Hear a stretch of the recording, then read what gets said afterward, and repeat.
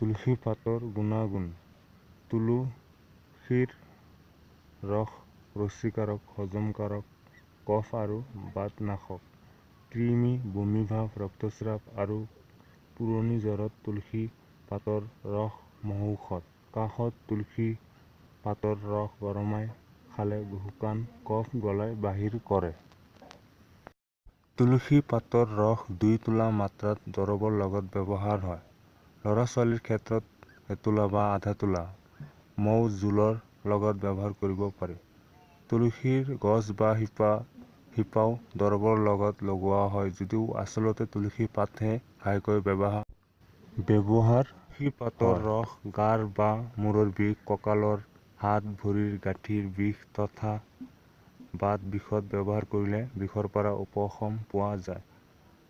শৌচ কঠিন হ'লেও তুলসী পাতৰ ৰস খাব লাগে। তুলসী গছৰ বীজ প্ৰস্ৰাৱকাৰক। প্ৰস্ৰাৱ কম হ'লে বা হোৱাত অতি কষ্ট হ'লে তুলসীৰ বীজ চূৰ্ণ খালে প্ৰস্ৰাৱ নিয়মীয়া হয়। তুলসী পাতৰ ৰস আদাৰ ৰস মৌৰ লগত মিহলাই খালে কাহ-চাহত উপকাৰ পোৱা যায়।